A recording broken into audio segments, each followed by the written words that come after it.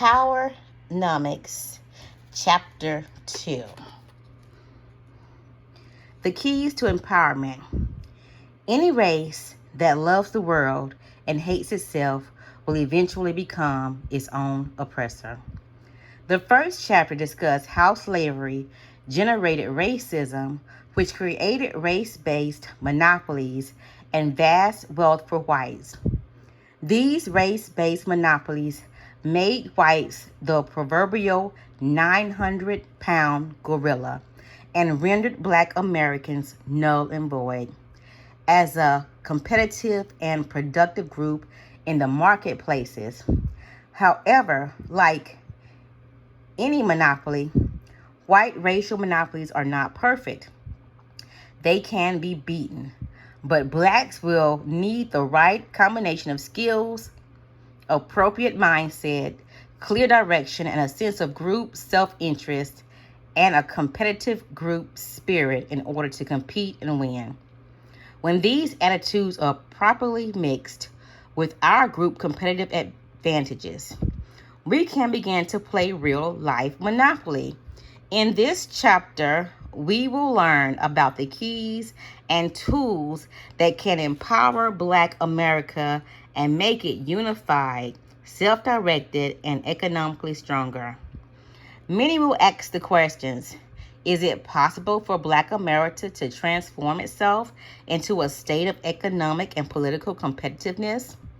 Can modern Black America do what 18 previous generations of Black failed and were not allowed to do? In this chapter, you will find that the answer to both questions is yes. It can be done, but it will not be easy. It will require Black Americans to make drastic behavioral changes. We will have to overcome the primary impediments to Black empowerment: a historical wealth inequity between the races, our own learned inappropriate behavior, and lack of national plan. For those who are serious about building a new foundation of group wealth and political power, the first thing we must do is examine how we see, think, and behave regarding racial matters. This chapter will contain many technical concepts that are essential to understanding the action steps and principles recommended in the later chapters.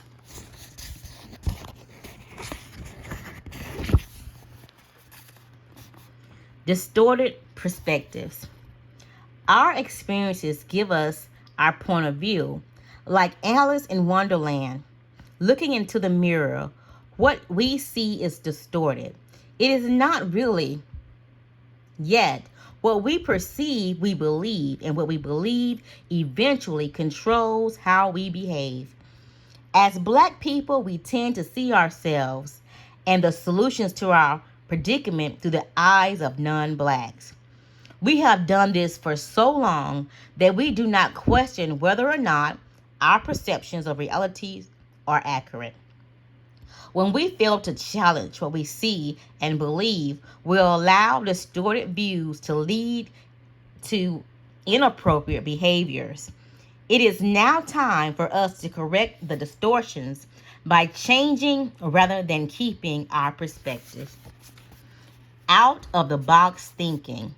It has been said that the epitome of madness is to do the same thing over and over while fully expecting things to somehow change.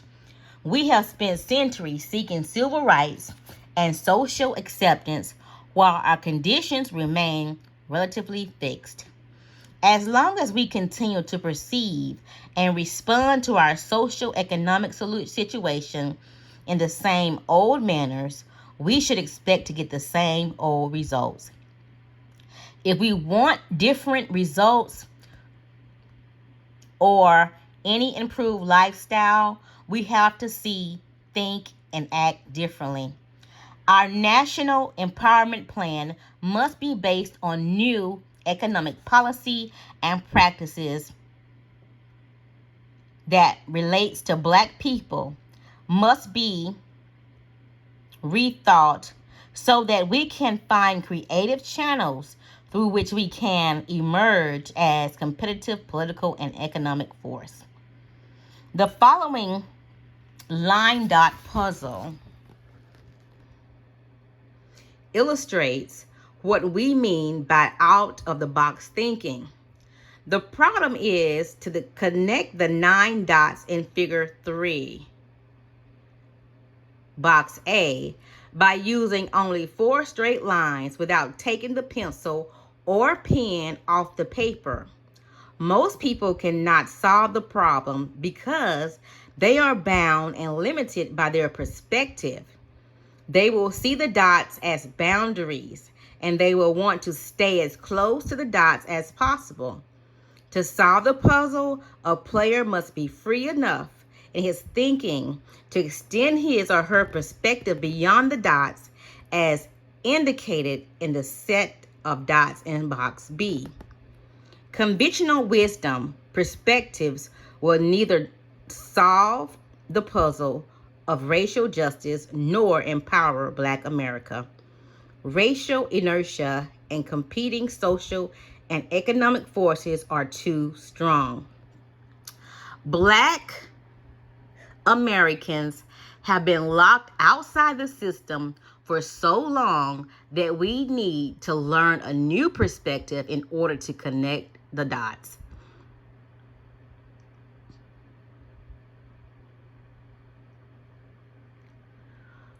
We got into our dilemma as a group, and a sense of racism is a term or group competition. We must play and win this contest as a group. Our new perspective then must be one of group solidarity. When a skin color team loses, everybody on the team loses, regardless of job, income, or education. In team competition, it is the responsibility of every member of the team to be sure his or her actions result in a team win.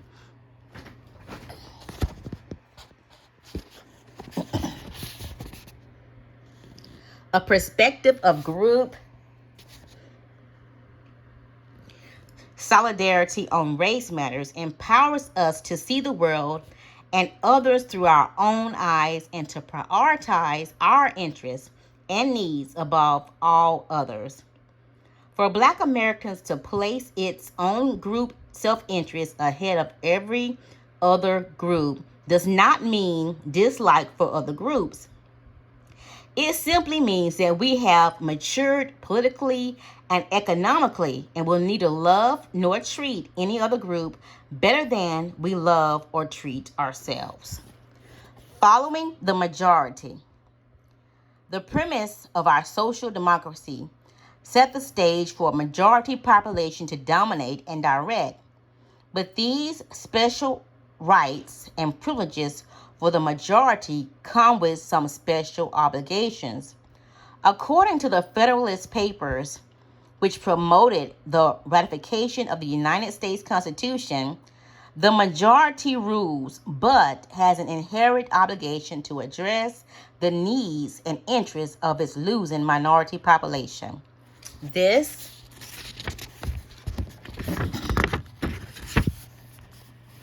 obligation is emphasized when the nation has planned permanent minority. Since the majority social society has clearly failed to include the needs and interests of its Black minority population, and its interests are not reflected in the nation's laws, customs, and public policies, it is incumbent upon Black Americans not to blindly follow the majority society. The majority society's needs and interests cannot be placed above those of Black minority. Playing to win as a team means Black America ought to set its own course rather than continuing to follow a game plan contrary to its own best interests. When a group in last place within a society, if it continues to follow the pack, it will remain in last place. Playing a game of follow the leader calls to mind a sled team of dogs. Only the lead dog determines directions and sees a changing view. The hind dogs see only the rear end of the dogs that is ahead. As long as they stay in the harness and follow the line, the hind dogs will never see where the sled is heading or be able to change direction. The dogs locked in the rear guarantee that the lead dog will arrive first and get the praise and comfort of knowing that he is still leading. The hind dog only gets the satisfaction of knowing that what he sees every day will never change. As we shift into an empowerment mode, we are shifting from perspective of the hind dog to the mindset of the lead dog who can choose a new way. As we wiggle out of harness and outside the box, it must always be clear that we will no longer have to follow the lead of the majority society. The empowerment mode. Empowerment is too frequently used interchangeably with motivation, but the two words are very different. Motivating blacks or any other group is like more than getting them interested, creating excitement, and making them feel good. For instance, blacks as a group can be motivated or to travel and see the world, but if they lack the money, time, and other resources, they are little more than motivated blacks who cannot leave home. Empowerment does not simply stimulate interest in travel, it also inspires confidence, and most importantly, it provides tools and other needed resources necessary to accomplish the goals. Without the benefit of empowerment, tools such as money, transportation, hotels, passports, and other personal necessities, it is highly unlikely that motivated blacks will be doing any traveling. Motivational and inspirational speakers, workshops, or books are designed primarily to make people feel good. However, black people have been in a social economic ditch for centuries. Rather than motivating them to feel good about themselves while they remain in the ditch, they need the confidence and resources to get out. Thus, we must begin our self-empowerment by obtaining both confidence and the tools we need, tools that give us a clear group direction and a sense of togetherness. We need tools that prepare and guide us to elevate and formulate our best interests. Our tools must always remind us of who we are, who and where we are. We are a very special people with a unique history. Therefore, rather than seeing race matters through the traditional rose-colored glasses, we must begin our solutions by looking realistically through race-colored glasses. The rest of this chapter offers Black Americans the new glasses in the context of power economics, national plan. The 4 PowerNomics empowerment tools for Black Americans are an empowerment culture, a group vision, the paradigm of ethno-aggregation, and 4, the paradigm of vertical integration. The remainder of this book will explain the need for those tools and show how Black people can best use them. The first keys to empowerment and empowerment culture. Since humans rely on culture for survival, culture is an essential empowerment tool for Black Americans. Culture usually refers to the norms or systems of behaviors and shared values that are passed on from one generation to another. Essentially, culture is a script that is never neutral in its purposes. It's either empowered or de-empowered a group. What it does to a group depends in a large measure upon the position the group holds in the societal pecking order of acceptability and whether they are in group or out group. Culture's most important function is to promote cohesiveness and trust that bind members together through values such as group loyalty, pride, and respect.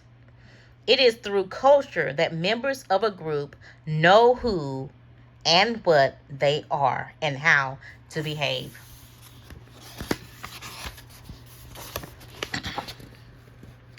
The culture of America's dominant society is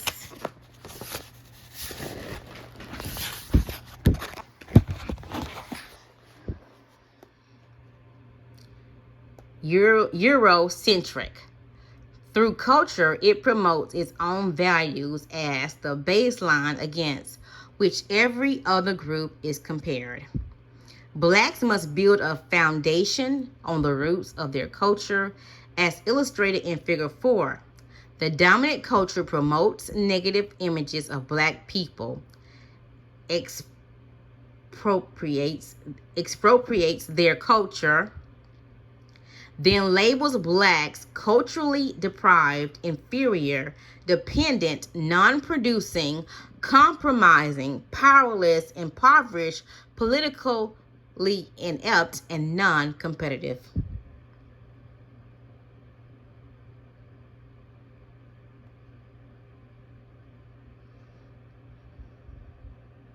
Breakthrough with group self-interest. Eurocentric culture incorporates the Horatio Algier myth of ethnic success and individualism. This myth asserts the individuals who are hardworking and who live exemplary, pious lives can always achieve and move up the economic and social ladders. Sociologists and politicians buy into Horatio Algier's myth, then use it as a yardstick by which to rate the cultures of entering ethnic immigrants. Over the last century, these authorities have systematically ranked various ethnic immigrant groups as their cultures, then granted them the option of assimilating into the majority society while retaining their respective cultures. Black Americans remain an official outgroup and chastised as culturally deprived of lacking middle-class white values. To keep Blacks de-empowered, the dominant society promotes the myth that all ethnic and racial groups started out even at the bottom in America. The Horatio Algier myth gives the impression that Blacks alone are responsible for their failure in American society. The white culture scripts justifies and the racial exclusion, exploitation, and abuse of Black people as the official out group. Those justifications are transmitted through negative images of Blacks that are embedded in the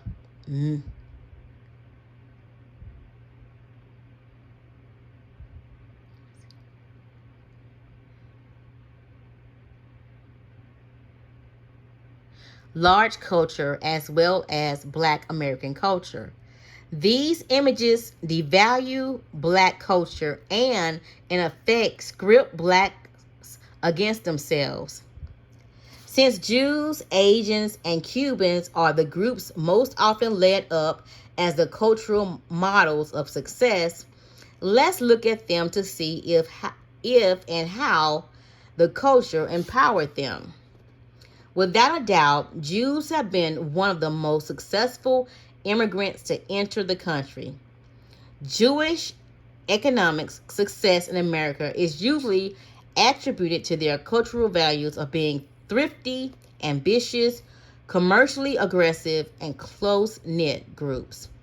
They are often known for their business acumen and their cultural ethic of taking care of members of their own community.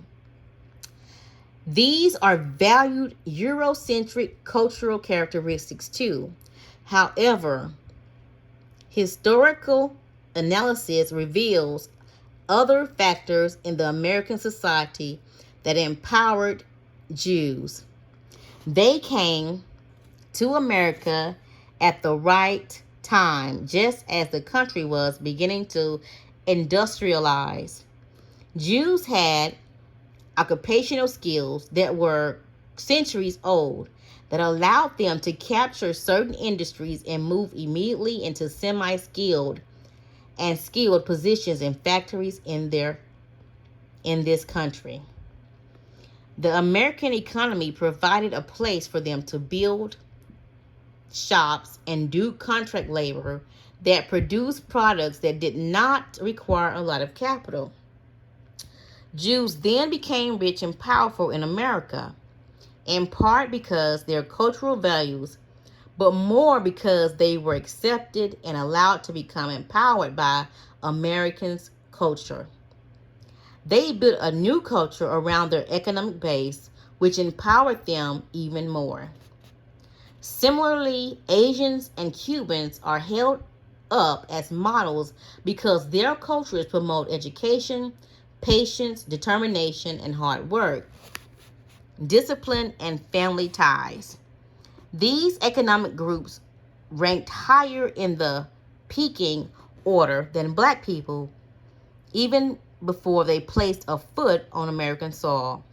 Both Asians and Cubans came to this country as well-educated immigrants. During the 1960s and 1970s, more than 50% of Cuban refugees entered South Florida were professional people. Similarly, a study of 52 Korean businesses in 4 cities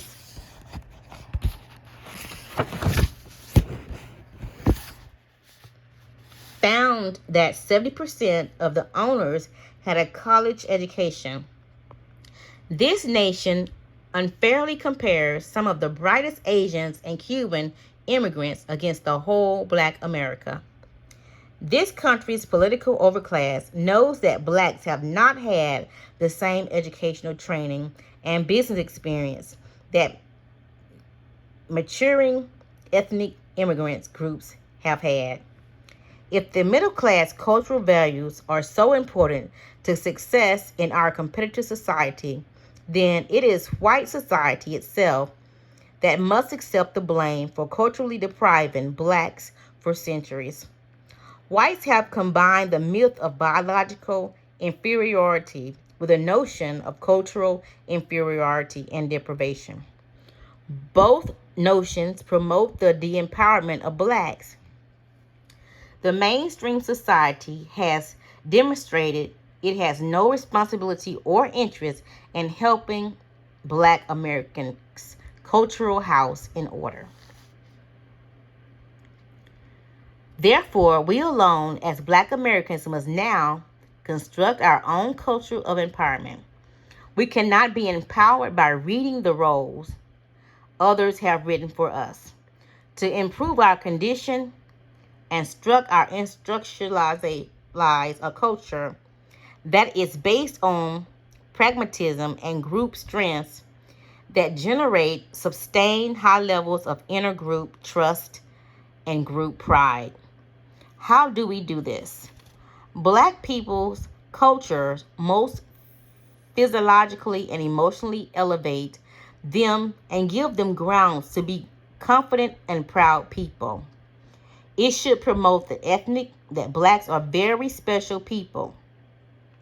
Blacks are the original people on the earth.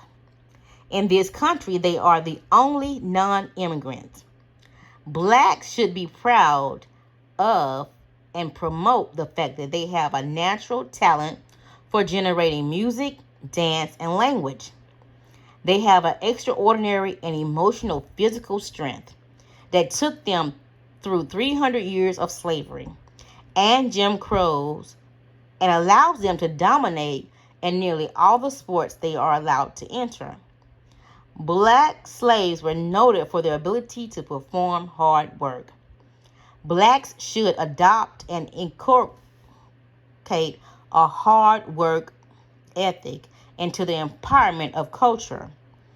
Prior to the enslavement, blacks were a strong communal society that believed in the concept and value of extended family. Black Americans have made the spectacular educational achievement on earth. After 300 years of slavery and forced illiteracy, they reduced their illiteracy rate by half within 30 years. And amazing, they educated themselves during an impressive and deprived period during Reconstruction. No other racial or ethnic group can legitimately make such a claim. These spectacular accomplishments in education must be used as a benchmark that today's black students can reach as we endeavor to create new educational models based on our new empowerment plans. Blacks should build their empowerment culture around the characteristics listed in bold type. The cultural elements would build groups' confidence, self-esteem, and prepare blacks to cope with reality. To achieve our empowerment culture, our students, families, and churches will have to mentally prepare our team to take calculated risk. As we travel a new road, we will have many choices to make regarding economic development, political education, and our place of worship. Our traditional institutions must accept the double responsibility of educating and psychologically conditioning blacks to take the calculated business risk and compete in areas other than sports and entertainment. Our institutions should help us practice the process and then making an informed decision, taking a calculated risk. The willingness to risk failure allows the exploitation that leads to success. Needless to say, one should never take risks simply for the sake of risk, but as a noted military strategist once said, as he was preparing to do battle, if you take risks, you may still fail. But if you do not take risks, you will surely fail. Second key to empowerment, a group vision. A group vision functions to provide a clear collective destination and a sense of how it should be achieved. Black Americans are very fortunate to have survived nearly 4 centuries of slavery and Jim Crow semi-slavery without a vision or where they should be going and how they should get there. We do not even have the benefit of a group dream until the end of the Black Civil Rights Movement. The dream, however, was based on a very broad and amorphous concept of freedom, equality, and justice. All of these concepts are relative and very difficult to define. On the other hand, they are palatable and excellent motivators, especially for a group whose acceptable options at the time were relegated to marching and demonstrating. Today, we need more practical, tangible, and measurable racial group goals and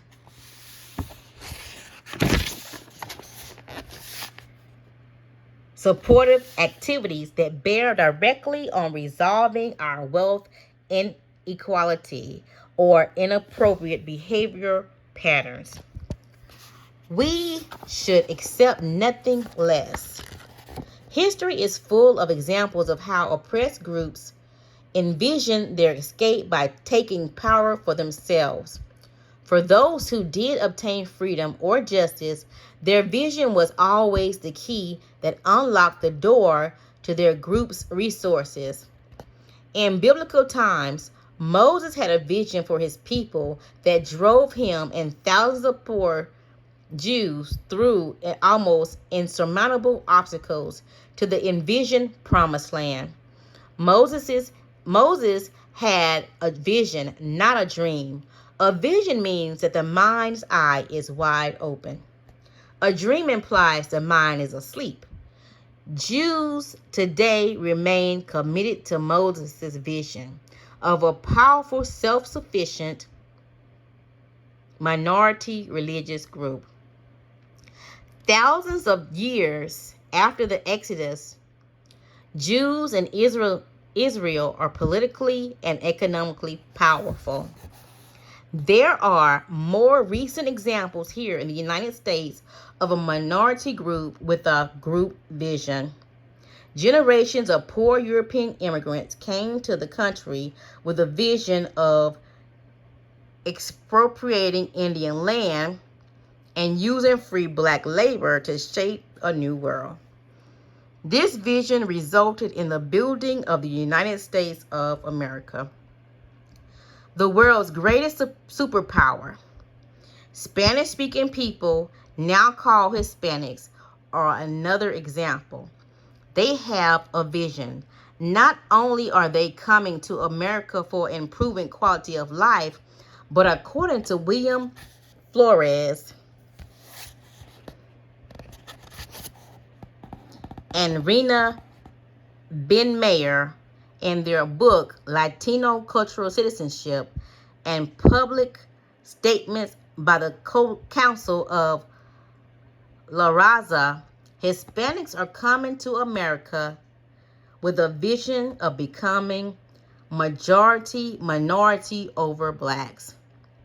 While black Americans are fighting the battle of civil rights for everybody, these two authors explain that Hispanics are working to have cultural rights equated to blacks' legal rights.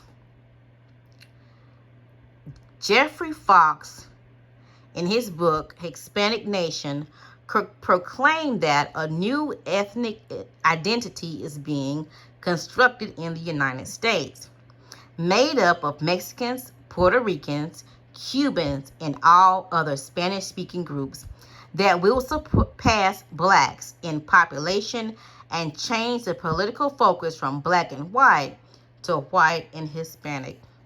Their vision is to achieve economic and political power over major geographic areas of the United States, especially the southwestern and southeastern states. Whether Jews, European whites, or Hispanics, all of these groups have used their group vision to move their people. The collective vision in the mind's eye of groups and it plays a vital role in guiding the group's behavior. Our national empowerment vision will function the same way. It will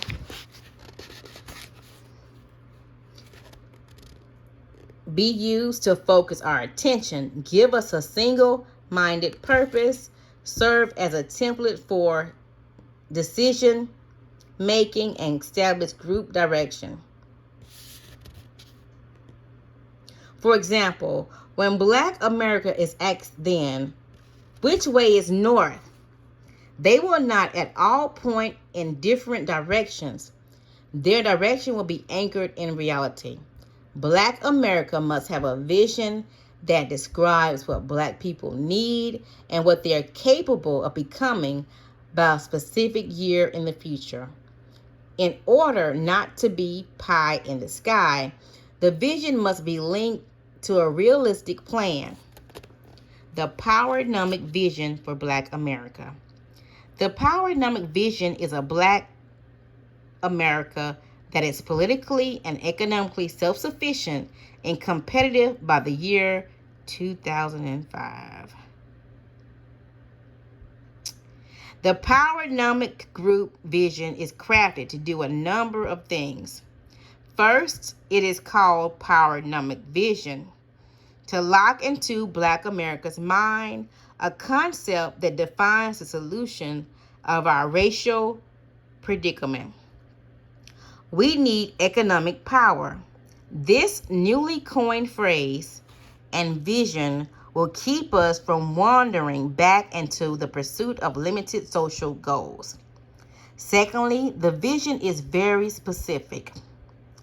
It tells us we are seeking political and economic self-sufficiency and competitiveness in any act or issues that do not result in greater ownership and control of economic and political resources for Black Americans do not fit the PowerNomic template and should be given a low priority.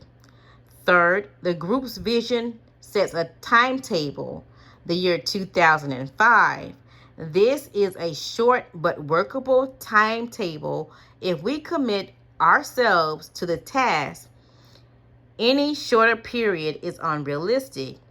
Any longer period, we would be much too far into a permanent underclass status for any action to make a real difference. The PowerNomics vision is offered as a beginning point, but Black America is free to use it as a guide and build on it as required. The PowerNomic vision reduces confusion about issues and make it more difficult to mislead the group into focusing time and resources on symbolism rather than substance. The PowerNomic vision, founded on an empowerment culture, prioritizes our energy and resources into activities that result in Black people becoming more self-sufficient and competitive.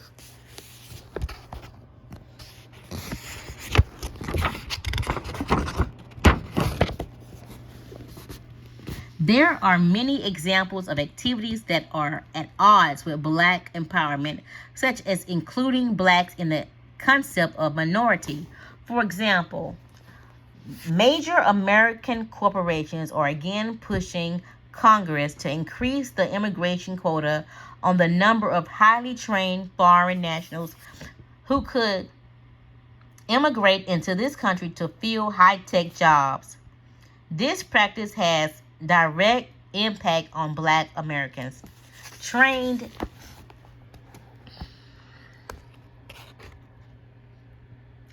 in their country of origin. These immigrants represent a free ride for American corporations. They do not have to pay for the training of the immigrants, and they also avoid paying taxes to educate undereducated Americans, especially Black Americans, for these high-tech jobs. They do not feel any political obligation to hire Black Americans, even though there are also many Black scientists and engineers already qualified for these high-tech positions. A group of Black engineers, physicists, and other scientists formed a coalition to fight corporate efforts to bring in more immigrants over Blacks. These immigrants are rarely, if ever, from a Black country. Unfortunately, the coalition of Black engineers and physicists made the mistake of framing the issue as a minority issue rather than a Black issue. The group solicited support from the Congressional Black Caucus. The response of the Congressional Black Caucus was to ask that measures be taken to boost minority employment. The result of the White House further misfocused the issue. Rather than aiding the Black scientists and engineers, the White House recommended legislation to provide training programs to all Americans, with a specific emphasis on minorities, women, poor, students, and the disabled. These black engineers got what they asked for. The immigrating technical workers are non-black minorities. The problem, nobody wants to propose black solutions for black problems.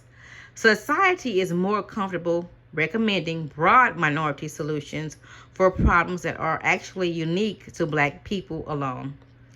The recommendation of black scientists, the Congressional Black Caucus, and the White House will help Hispanics, women, and myriad of other groups, but not one will help the black scientists who raised the issue. Hispanics and all of the imported foreign workers will be direct competitors to blacks because of their minority status. Requesting assistance for minorities is actually requesting assistance for competing groups. The solution fashioned did not solve the problem of black scientists. In contrast, the PowerNomics vision is designed to give a sense of direction based on group self-interest to economically and politically empower black people by the year 2005.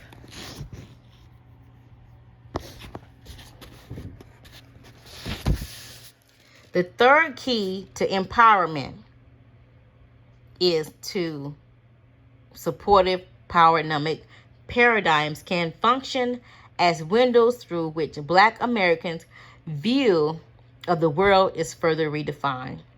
We must not underestimate the importance of having paradigms that guide us to see, think, and behave as a group, based upon our own self-interest. These two paradigms are ethno-aggregation and vertical integration. They align with the PowerNomic vision for Black America and shore up interracism and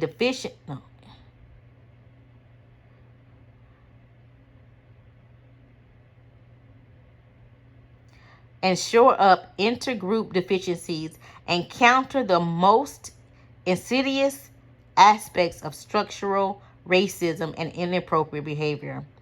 These PowerNomics paradigms are very important tools in our empowerment chest. They are specifically formulated, designed, and engineered to further shape and guide Black people's behavior in the 21st century. The old civil rights paradigms no longer make sense in a competitive pseudo-colorblind society. They are not grounded in reality. They have encouraged and prepared Blacks to compromise rather than to compete. Jeff Gates, in his book Ownership Solution, helped define the role of a paradigm. He stated that the word paradigm came from the Greek word form pattern and was used by Plato to describe a basic form of or image encompassing one's fate or fortune, determining one's destiny. In other words, a paradigm are deeply held assumptions or values that operate like models, templates, and patterns. They shape what we see in a cultural and racial context. In a practical application, using the PowerNomic vision and paradigm is comparable to dressmaking. The process begins with dressmaker's vision of the garment he or she wants to create. In the vision, it is clear whether the garment will be a dress or a blouse. After the dressmaker has decided on the nature of the garment, he or she needs a pattern or a paradigm to ensure that the pieces cut for the garment are identical to the pattern. The pattern will determine whether the dress will be long or short, have sleeves, a gathered waist, or flared skirt. The pattern ensures that all the dresses made from the pattern are the same.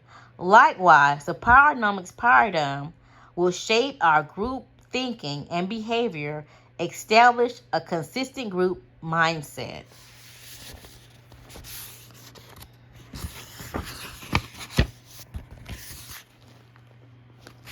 and guide Black Americans' collective decision making. They will reduce conflicts and establish a state upon which we can act out our respective roles. As much as we would like to believe this nation is a melting pot and that we are indivisible, and this is not and never has been the case, we are a collective of groups bound together by one national government, but we still have different histories, agendas, cultures, and needs.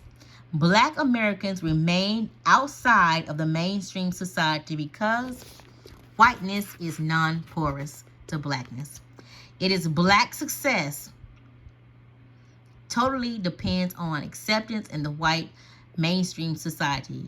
No, is Black success totally dependent on acceptance in the white mainstream society? No, it is not. The two paradigms that follow are the next two empowerment keys. They will help Black Americans to own and control resources so they can compete inside and outside of the mainstream society. Paradigm number one, ethnoaggression. Ethnoaggregation is best defined as the voluntary concentration of individuals and their resources around their ethnic or language commonalities for the purpose of improving their economic and political competitiveness. The term ethnoaggregation may be new, but the concept is not. It is a behavior pattern used every day by religious, gender, ethnic, and Spanish-speaking groups. The culture of these groups emphasize that members rally around common characteristics or attributes, ethos, in order to pool their collective resources, aggregation, and compete with non-group members. According to PowerNomics plan, the primary purpose for ethnoaggregation is to convert disaggregated Black individuals and groups into a national team and to concentrate their resources. The more concentrated their resources, the greater their impact and competitive advantage will be. For Black America, this paradigm is important because it can directly reverse past conditions and is the antidote for Willie Lynchism, a slaveholder plan to divide and conquer Black slaves.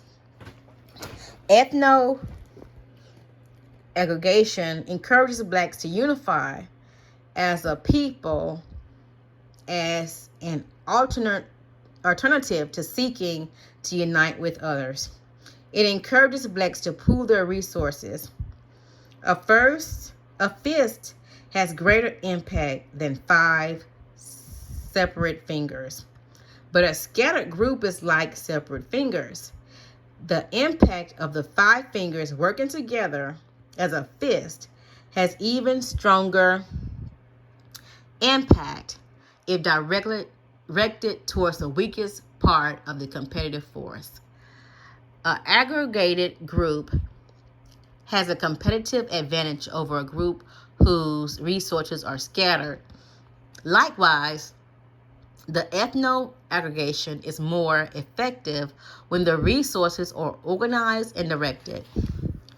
Blacks already ethnoaggregate every time they attend all Black churches and participate in a million-man march.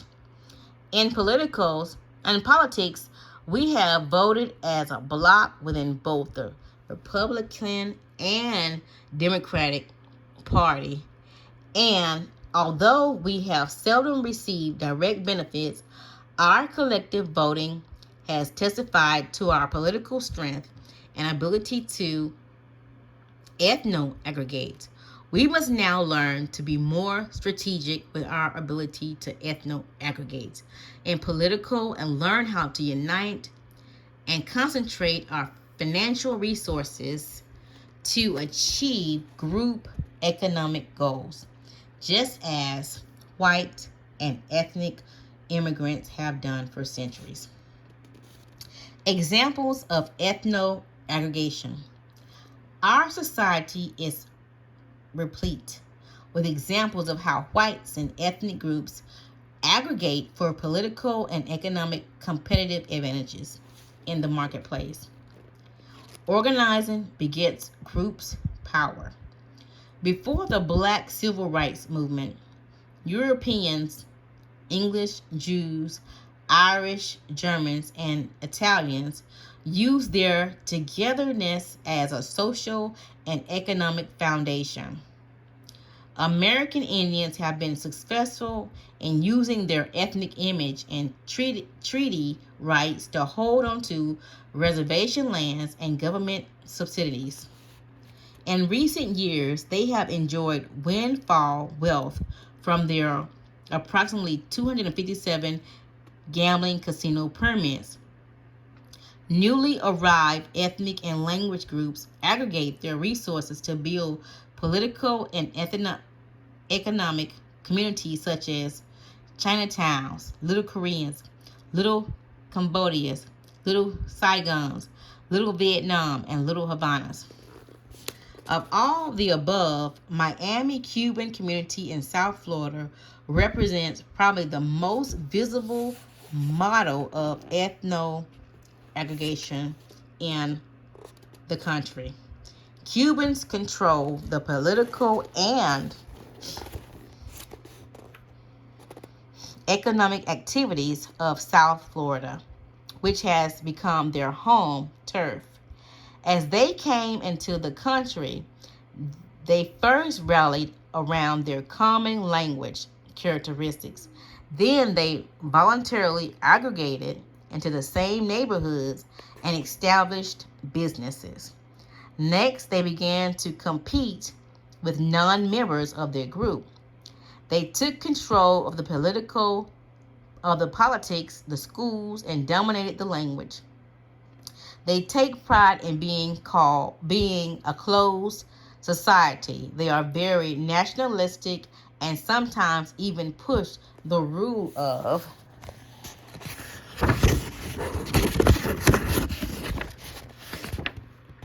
law in political and economic terms. Cubans have placed a flag in the ground around Little Havana, Haiti, and South Florida. From behind their Latin culture and Spanish language, they aggressively intervene with international affairs. They play a role in Radio Marti, radio programming beamed directly at Cuba via satellite for the sole purpose of erasing or interfering with Cuba's regular radio broadcasting. They have flown airplanes into Cuba airspace to drop leaflets and interfere with the Castro government. They have rallied around common characteristics, pooled their resources, and improved their economic and political standings. Cubans in South Florida require those who come into their area to play their game by their rules.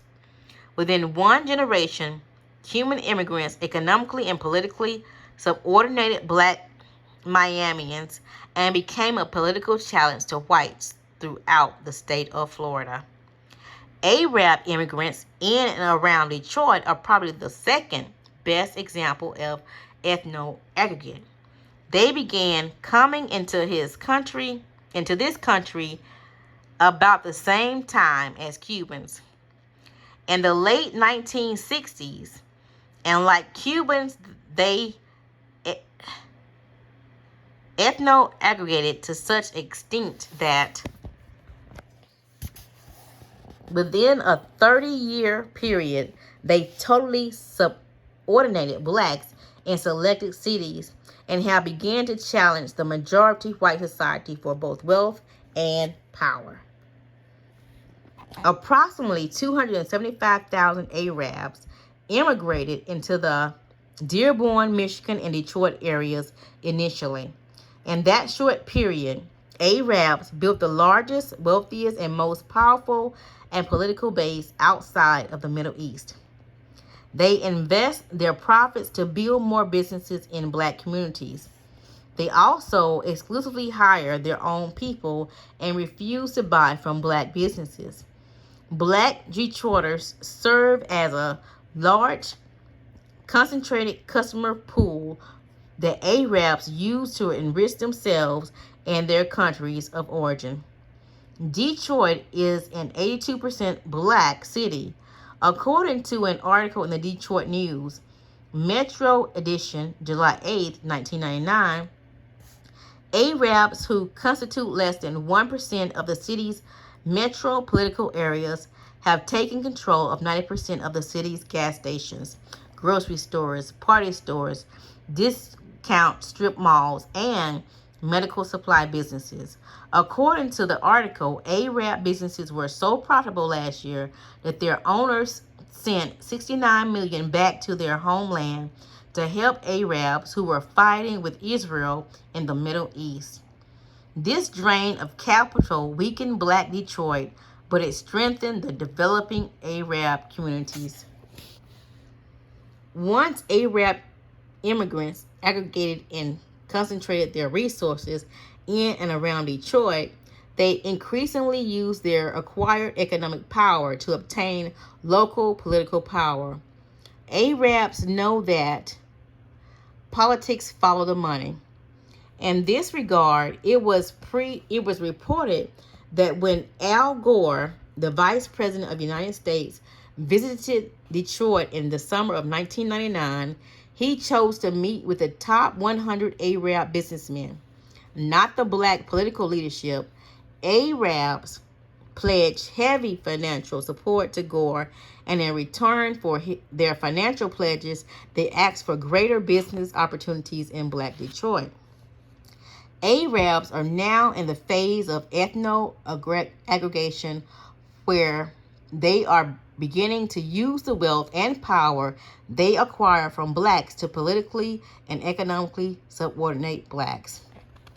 To shore up, protect, and give credibility to their ethno-aggregation, Detroit Arabs hold street festivals and encourage blacks and whites to attend. They engender pride in their own people by promoting their culture, religion, and language, while making over the economic competitiveness that they are conducting against blacks in Detroit.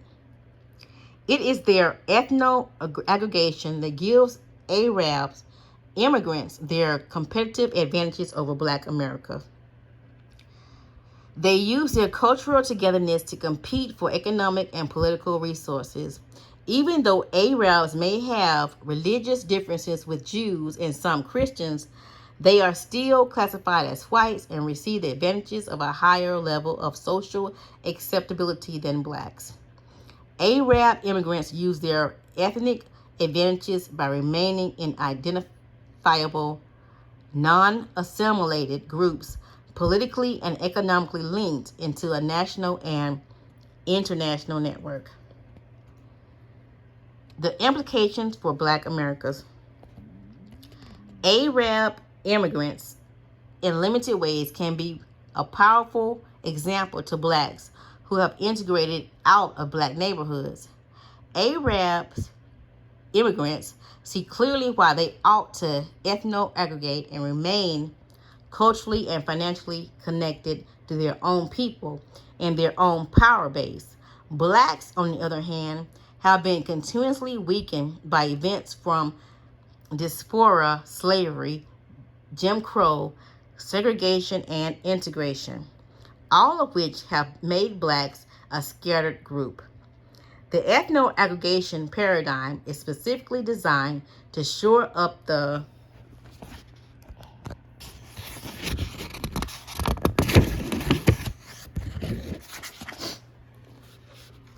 weaknesses created by involuntary and voluntary scattering of Black people.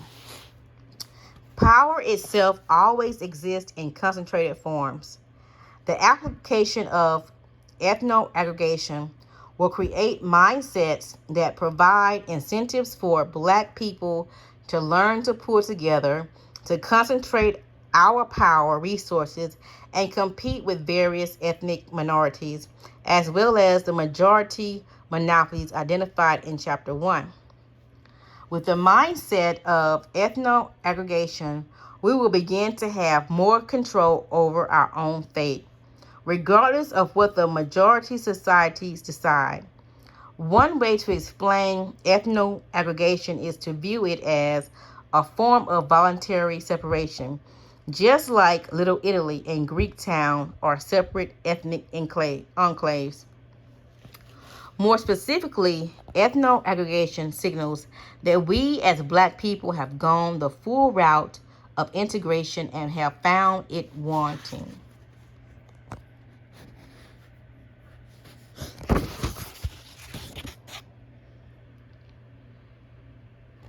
Now we want to pull back a little and to voluntarily interact with members of our own race. Actually, our greatest competitive advantages rest in being neither integrated nor forcibly segregated. Jews, American Indians, Hispanics, and Asians and Arabs have the option to assimilate, but have chosen instead to maintain separate institutions, organizations, and communities. Like them, we as Black people want the same option to have, own, and control our own institutions, organizations, and communities. Our first step to group empowerment is to develop communities in which to practice ethno-aggregation. Blacks are the only group in America that do not have communities. We have residential neighborhoods. Chapter 3 discusses community building in detail and the difference between communities and neighborhoods. Decades of integration caused an exodus of upper middle class, professional Blacks, the backbone of our community, into the white suburbs, thus weakening the cohesiveness of early Black neighborhood and making it difficult physically and psychologically to identify, amass our group resources. We are still stipend under racial segregation. White indifference to Black communities allowed Blacks to have Black businesses and a sense of community. But while we would aggregate our resources, we were never allowed to use those resources to achieve a group goal or function as fully independent and competitive communities.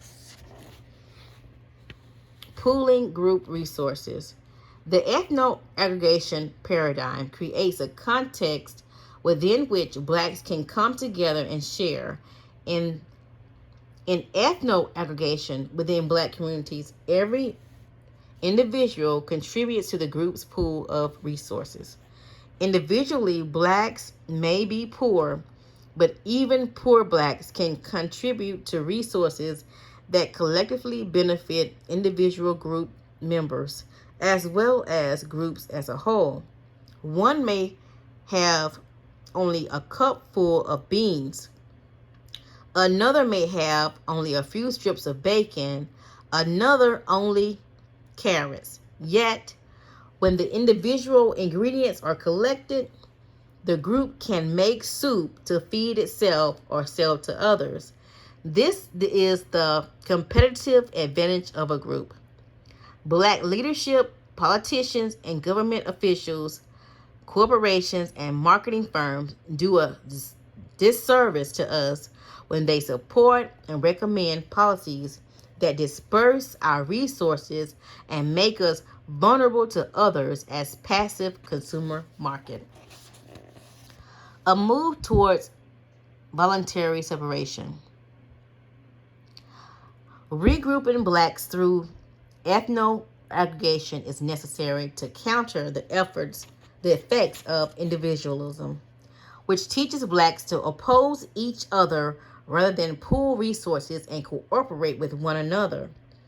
Ethno-aggression would give blacks a powerful political and economic base. To this end, while serving as the education advisor to the then Florida Governor Reuben Askew during integration, I always stressed the importance of blacks retaining their communities and education institutions, and that the state of Florida would not place the burden of integration on the shoulders of blacks. While speaking out on the issue of school integration, I said to an audience that black people should not have to leave their communities to find quality schools, homes, or consumer products. After my speech, a concerned Southern white gentleman approached me and said, "Dr. Anderson, after listening to you, I am more confused than ever about what black people want. On one hand, you have Reverend Martin Luther King pushing for integration. On the other hand, you have Malcolm X pushing for separation. Which end of the stick do you black people want?" I answered that we did not want either end of the stick. We want the same rights and privileges that every other group has, the right to choose. I asked the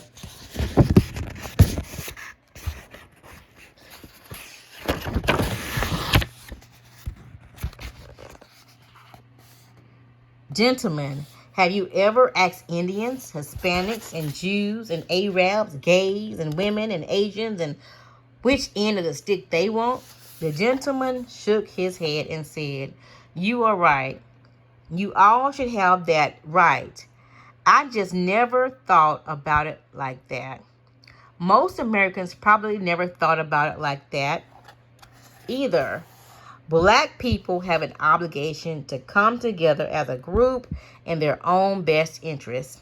America should be neither threatened nor puzzled by the thought that blacks would not want to be forced into either choice. Blacks in America are the only ethnic and racial group that continues to wrestle with the physiological debate over integration versus segregation. In fact, neither has to be accepted.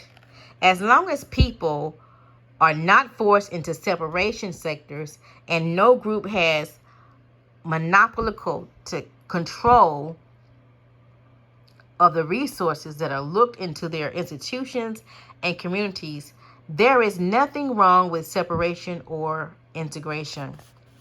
Groups do not have to hate and exploit each other simply because they are informally divided. The failure of integration is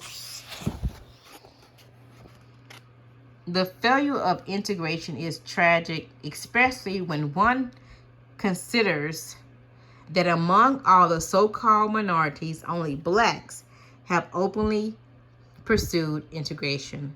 Hispanics, Asians, Arabs, Jews, all of whom are members of the majority society, are unilaterally committed to maintaining their own space, separate communities and organizations, even though they have this option of assimilating through ethnic immigrants are included in this nation's definition of minority and are eligible for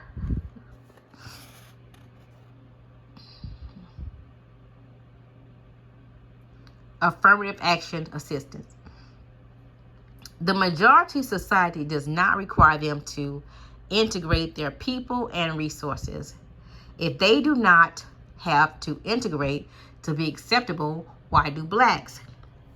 Would not a voluntary return to some form of separation provide Black Americans some of the communal strength of our racial groups and ethnics? For instance, Jews tried integration into Europe in the mid 19th century, but it did not work. Later,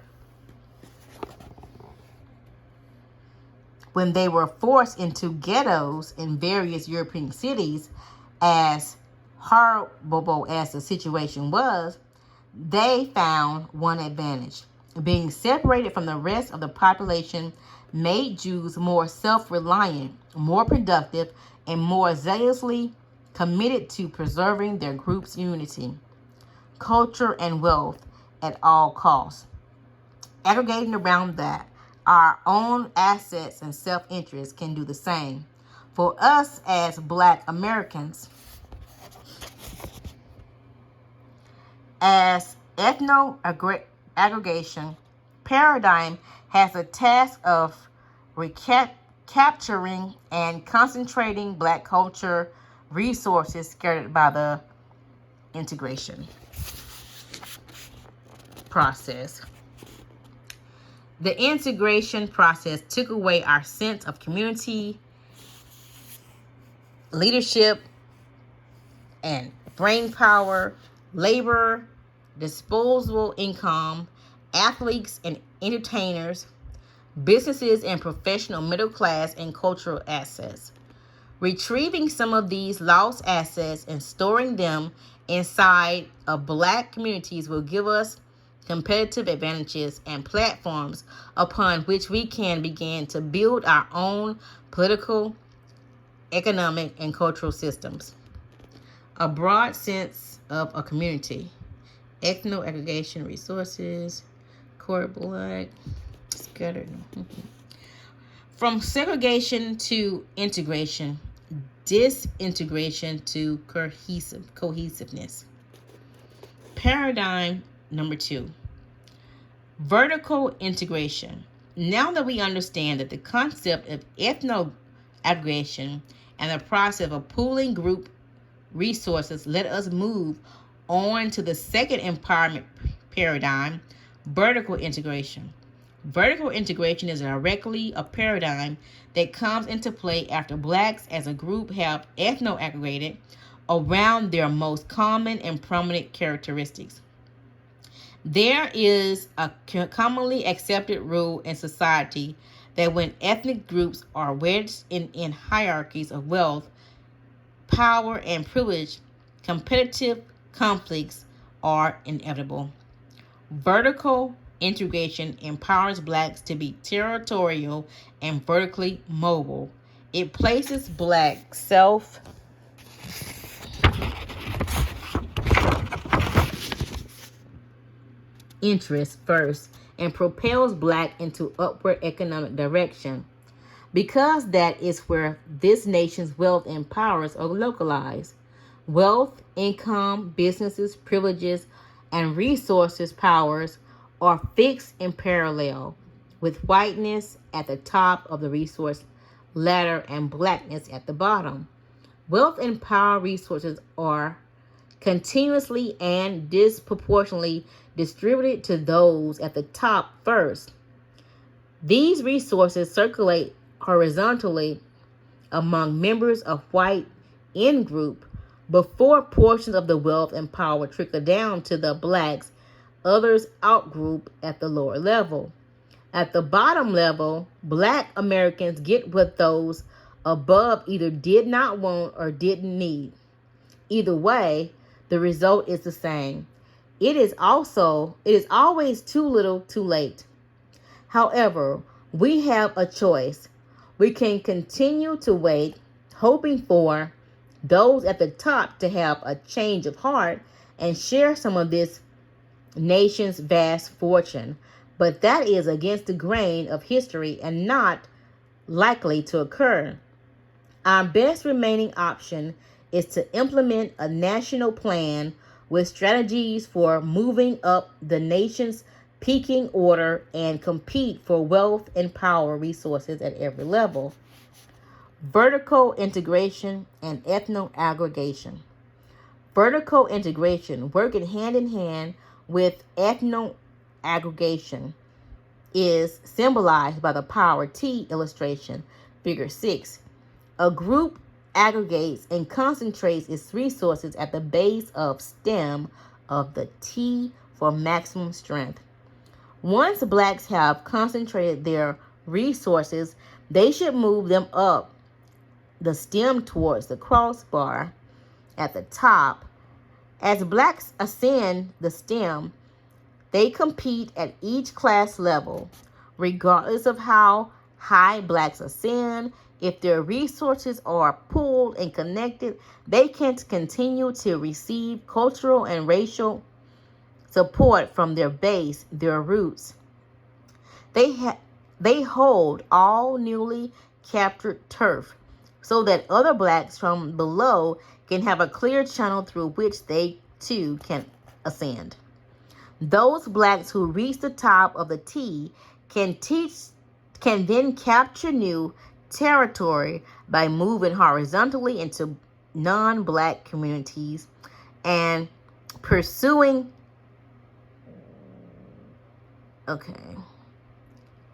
political and business opportunities. As more blacks reach the top, they too can expand horizontally to capture new and economic resources. The earlier example of Arab Americans in Detroit exemplifies power T activity.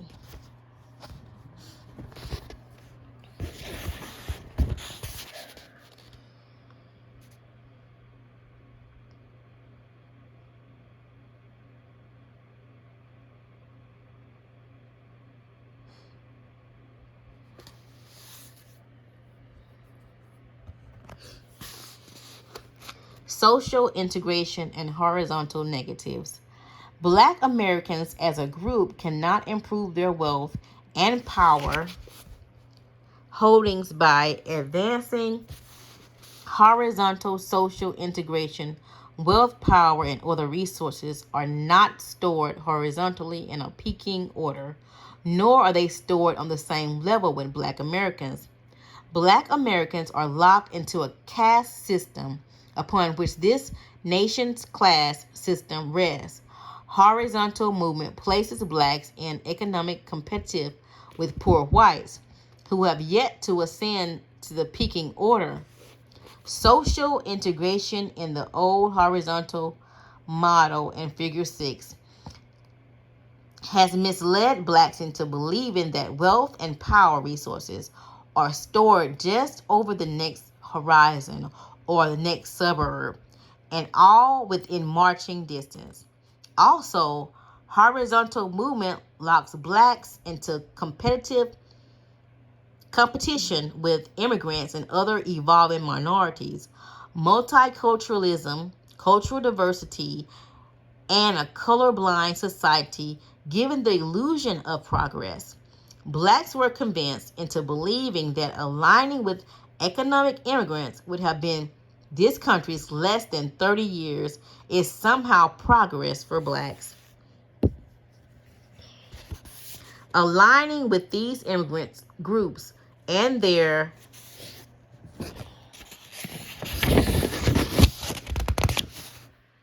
horizontal issues detoured blacks. Moreover, it blurred the obligation that the nation's advantageous society has its disadvantaged blacks citizens. Even now, every black initiative is burdened with a universalism that requires them to share the fruits of their victory with other horizontal groups competing against Black America. Black Americans must not allow the vertical line of obligation between themselves and whites to be blurred. Blacks are injured by those who do not make distinctions between them and other minority groups. Equating other minority groups with black demonstrates a poor understanding of history and hides the fact that black people remain at the bottom of the pile. Horizontal group movement to align blacks with other minorities and special interest groups eases Black Americans' special moral claim on our society and history. Although our labor built this country, we have not been properly recognized nor compensated. Worse, we have been treated as just another aggrieved minority group. We also reduced to just another political group without stretched palms, a special interest vying for the same affirmation action programs as Eskimos and Salvadorians. We capture our special moral claim and status by aspiring upward. Horizontal movement promotes the social phenomenon called crabbing among black people.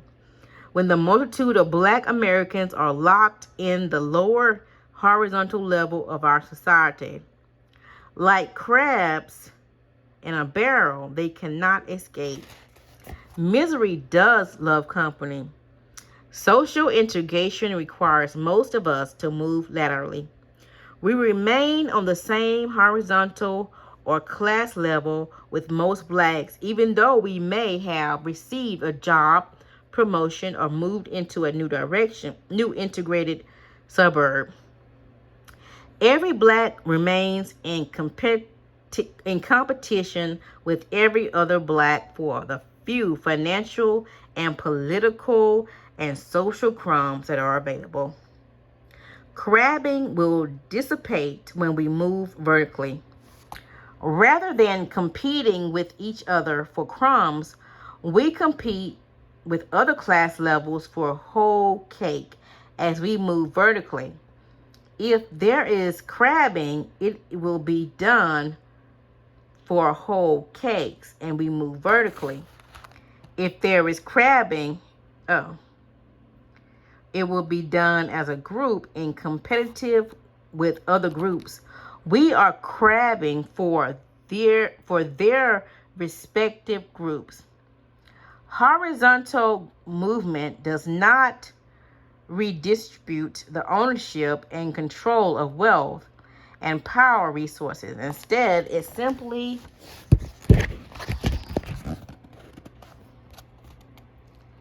wastes time. Front of the bus, front of the ghetto to the suburbs, from a black restaurant to a white restaurant, or from a black school to a white school. Improve black people's ownership and control wealth and power. For example, before horizontal integration of the 1960s, Winston-Salem, North Carolina, had a black city bus line, black theaters, black hotels, black restaurants, and black communities. But now, all of these are gone. We are still suffering from the waste of a horizontal movement. And we had been thinking vertically rather than moving to the front of the bus. Our concerns would have been instead about black people manufacturing, owning, operating, repairing, and chartering the city bus lines. How much tangible difference does it make where you sit on the bus if the destination and the quality of the seating is the same?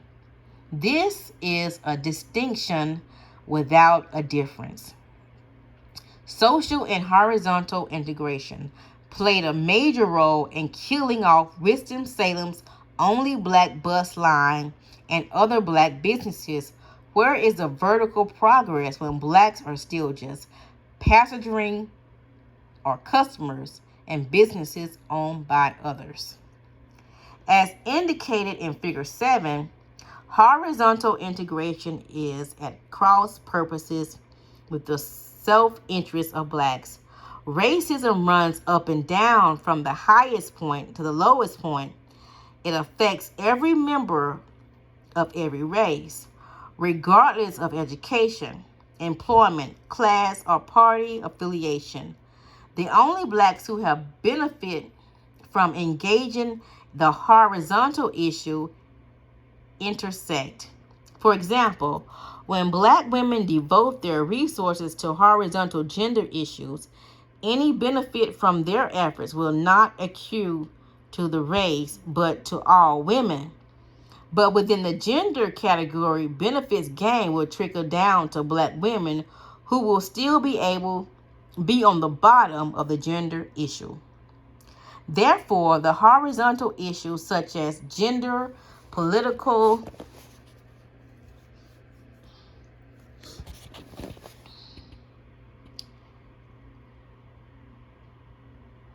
affiliations, and class should be secondary to racism and the structural economic inequalities that it protects. Horizontal issues that affect everybody have the potential to overshadow racism, divert resources, and prolong the nation's racial inequalities. The so-called aggravated minorities and women upon whom horizontal issues focused together form a majority of white population. When black Americans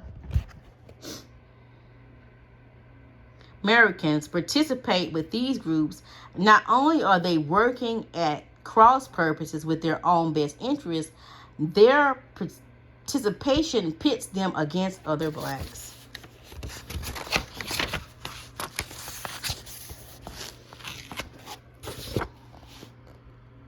The advantages of vertical integration. In association with the PowerNomics empowerment visions of economic and political reform for Black America, the vertical integration paradigm has numerous practical and important purposes. 9 purposes are listed here. Vertical integration gives Black Americans access to primary holders of the nation's wealth and resources, powers. 2, it gives Black Americans a collective sense of direction for their collective self-interest. 3, it gives Blacks a channel for upward mobility. 4, it is a tool to capture new physical, financial, and cultural territory.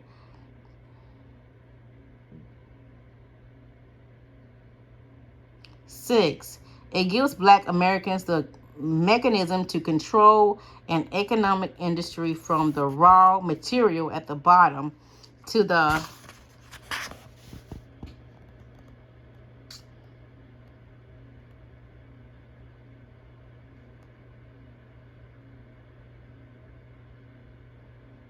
It gives Black Americans the mechanism to control an economic industry from the raw materials at the bottom to the retail markets at the top. 7, it instills Black Americans with a mindset that encourages them to concentrate and direct resources from maximum impact and benefit visibility.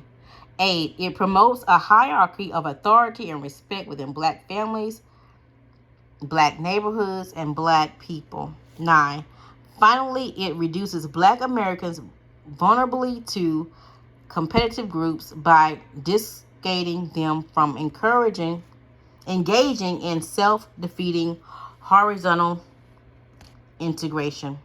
Laterally, mobility and cross-purpose issues, vertical integration advantages. Black Americans vertically linking its authority and institutions, leaders with the Black masses. Religion, poverty, gender, ethnicity, political party, it's the lowest.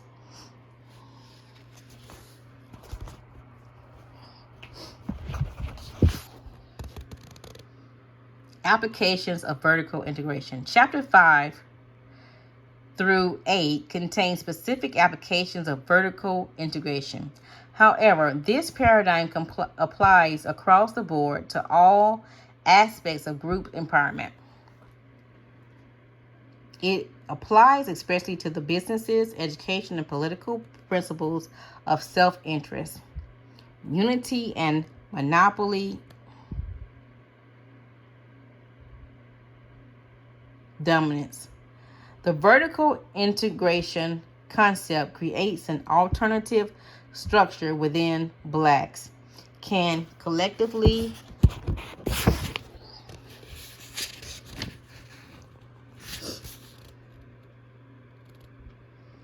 compete in most aspects of our society, and those businesses in which black entrepreneurs have competitive advantages based upon PowerNomics. Empowerment principles. The vertical integration paradigm facilitates industrialization. Once black communities are rebuilt, industries, more so than businesses, will promote them with greater wealth, income, employment, and power building opportunity. Equality, equally important, vertical integration serves as a mechanism for controlling every layer of business within an industry. For example, if black manufacturers of black hair care products form a vertical industry, it will be impossible for them, as well as other black entrepreneurs, to move up or down the product distribution and retail process. They will be able to protect themselves by establishing control over the raw material and manufacturing, and by building their own supplies, distributions, and retail outlets. They will also be able to collectively encourage and support independent black suppliers and retail outlets. Clearly, vertical integration holds enormous potential for blacks. Do our competitors profit from our horizontal orientation? Yes. Black Americans cannot protect their existing assets by moving horizontally. We paid a high price for horizontal social integration, including the loss of our communities, cultures, colleges, professional sports teams, political leaderships, and businesses, as we open our culture and communities and abandon blackness. Our competitors came in and filled the void, while others enriched themselves by playing and singing our music. Many of our singers and musicians faded away as our young people fight for admission and financial assistance at white colleges. Many historically black colleges are now dominantly white, while black business persons argue for affirmation,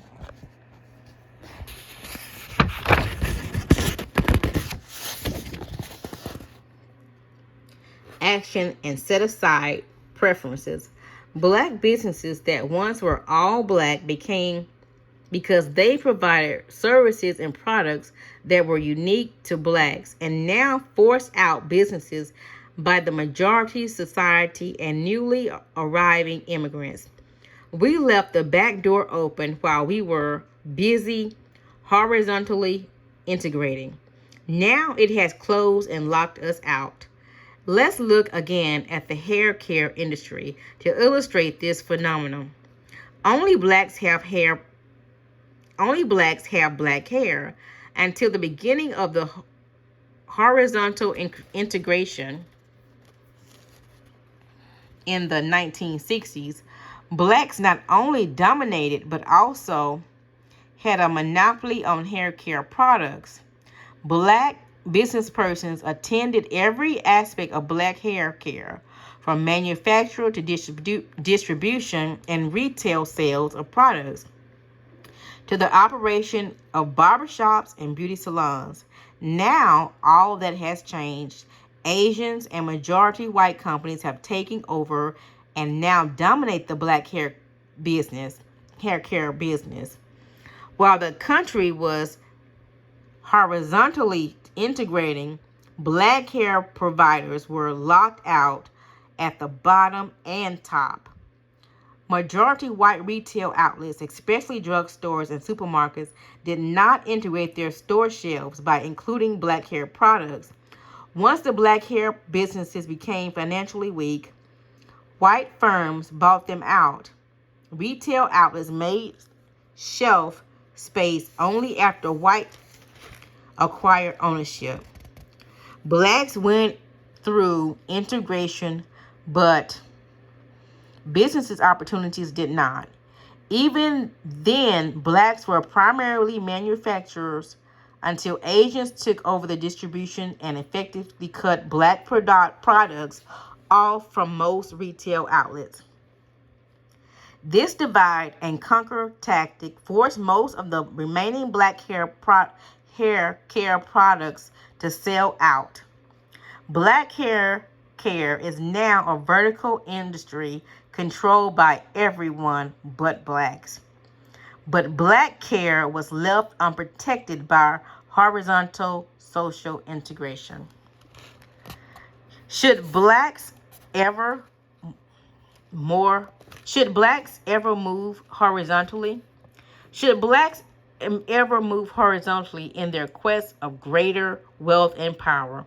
Their answer is yes, but only after they have ascended up the wealth and power peaking order as indicated in the Power T mobility model as shown in Figure 6.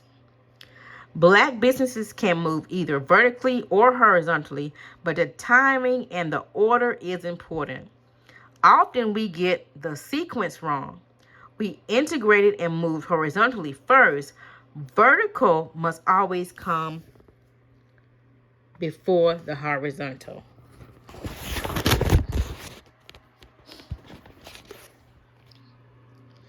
The objective of a horizontal move is to expand within an existing market that blacks dominate. As indicated earlier, there is a point at which blacks have ascended high enough into the wealth and power structure that it will become okay for them to expand horizontally and seek out new turf at the highest level of the nation's racial hierarchy.